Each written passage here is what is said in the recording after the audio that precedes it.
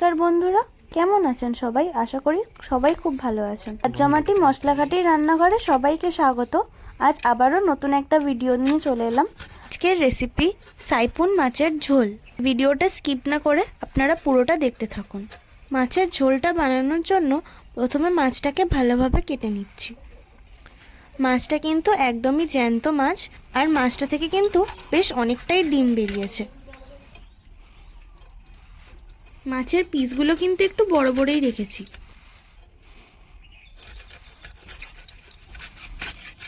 মাছটাকে ভালোভাবে কেটে নেওয়া হয়ে গেছে। এবারে মাছের ঝোলটা বানিয়ে নেব। এখানে আমি কিছু মশলা নিয়ে নিয়েছি, যেমন হলুদ গুঁড়ো, জিরে গুঁড়ো, ধনে গুঁড়ো, লঙ্কা গুঁড়ো। সাথে নিয়ে নিয়েছি পেঁয়াজ, টমেটো, কাঁচা লঙ্কা, আলু, ধনেপাতা, আদা, রসুন এবং শুকনো লঙ্কার পেস্ট নিয়ে নিয়েছি। আর নিয়ে নিয়েছি সর্ষের তেল। উনুন জ্বালা হয়ে গেছে, এবার কড়াইটা বসিয়ে দেবো। কড়াটাকে ভালো করে গরম হতে দিচ্ছি। কড়া গরম হয়ে গেছে, এবারে তেলটা দিয়ে দিলাম। তেলটাকেও ভালো করে গরম হতে দিতে হবে।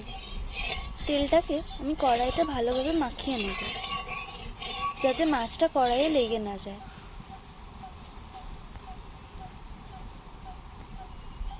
এবার মাছটার মধ্যে ভালোভাবে নুন হলুদ মাখিয়ে নেব।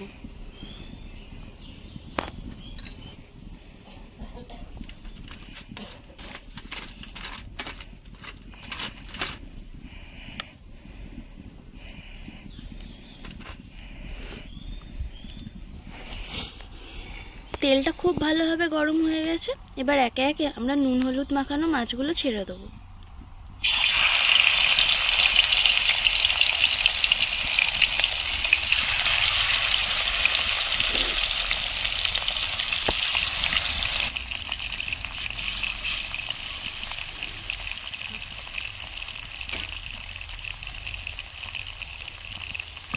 মাছগুলোকে লাল লাল করে ভেজে নিতে হবে। এক সাইডটা ভালোভাবে ভাজা হয়ে গেছে, এবার আমরা উল্টে নেব।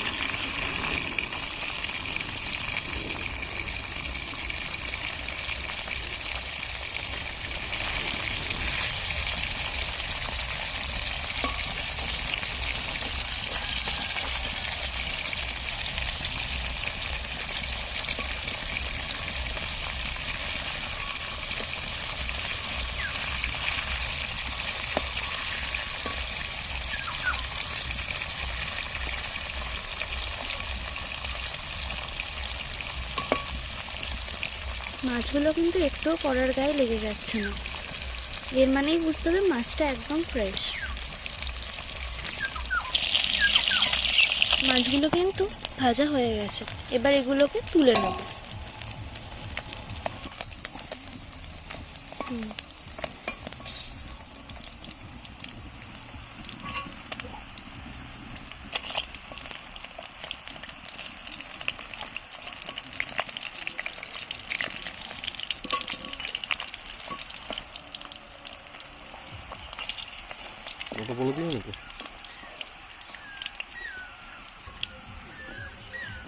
এবার আমি বাকি মাছগুলোকেও ভেজে নেব।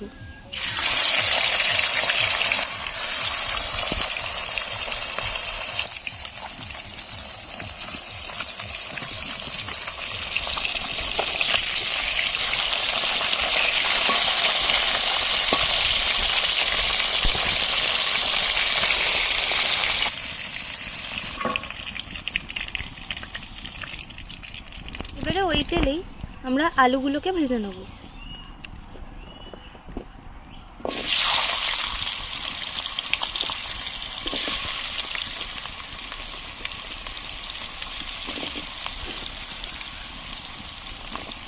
আলুগুলোর মধ্যে দিয়ে দেবো অল্প একটু লবণ, দিয়ে ভালো করে ভেজে নেব।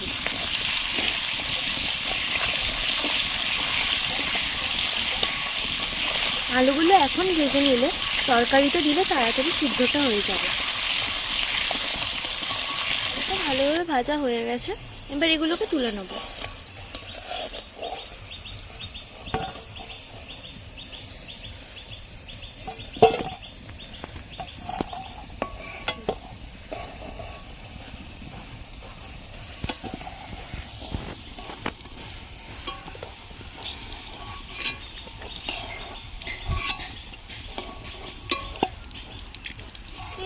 আমরা পেঁয়াজগুলোকে দিয়ে দেবো।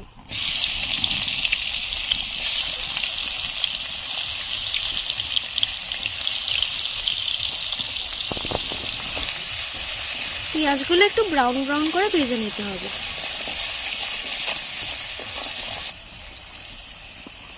এবার কাঁচা লঙ্কাগুলো দিয়ে দিলাম এবং টমেটোগুলোও দিয়ে দিলাম।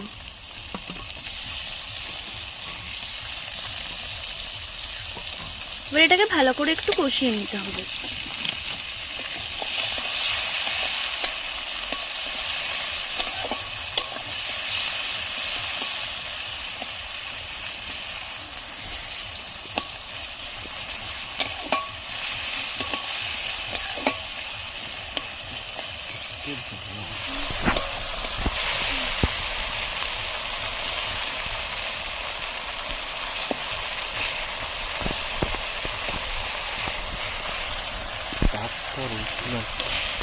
এবারে শুকনো লঙ্কা পেস্ট এবং আদা রসুনের পেস্টটা আমরা দিয়ে দেবো।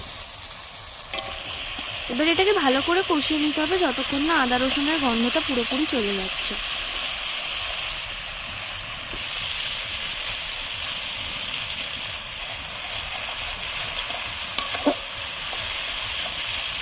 আমরা গুঁড়ো মশলাগুলোও দিয়ে দেবো, যেমন হলুদ গুঁড়ো, লঙ্কা গুঁড়ো, জিরে গুঁড়ো এবং ধনে গুঁড়ো। এবার মশলাগুলোকে বেশ ভালোভাবে কষিয়ে নিতে হবে যতক্ষণ না মশলা থেকে তেল ছাড়ছে।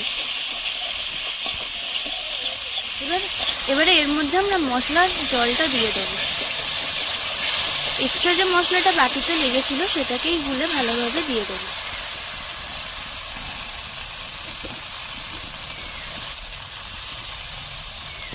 এবার এটাকে আর একটু ভালোভাবে কষিয়ে নেব।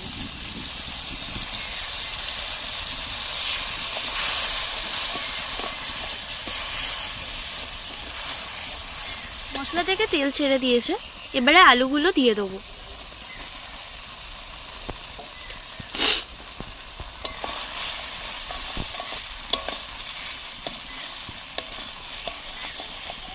দেখতেই পাচ্ছেন রংটা কিন্তু একদম লাল লাল এসছে।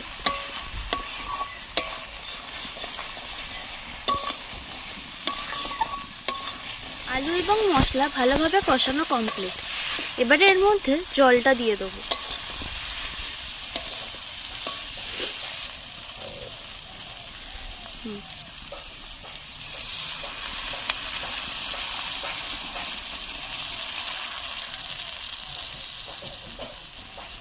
এবারে ঝোলটাকে কিছুক্ষণের জন্য ফুটতে দিতে হবে। এই সময় কিন্তু আমরা কড়াটাকে চাপা দিয়ে দেবো। ঝোলটা ফুটে গেছে, এবারে একে একে সব মাছগুলো ঝোলের মধ্যে দিয়ে দেবো।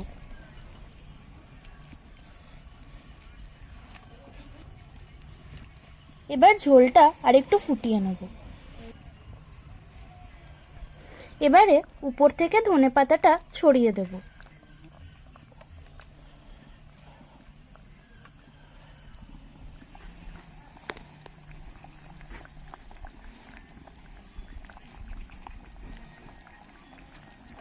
দেখতে পাচ্ছ বন্ধুরা কত সুন্দর একটা কালার এসছে মাছের ঝোলে। মাছের ঝোলটা কিন্তু একেবারে রেডি হয়ে গেছে, এবারে নামিয়ে নেব। গরম গরম ভাতের সাথে এরকম সুন্দর একটা মাছের ঝোল হলে কিন্তু একেবারে জমে যাবে। ভিডিওটা ভালো লাগলে লাইক, কমেন্ট এবং শেয়ার করে দেবেন। দেখা হচ্ছে আবার পরের ভিডিওতে।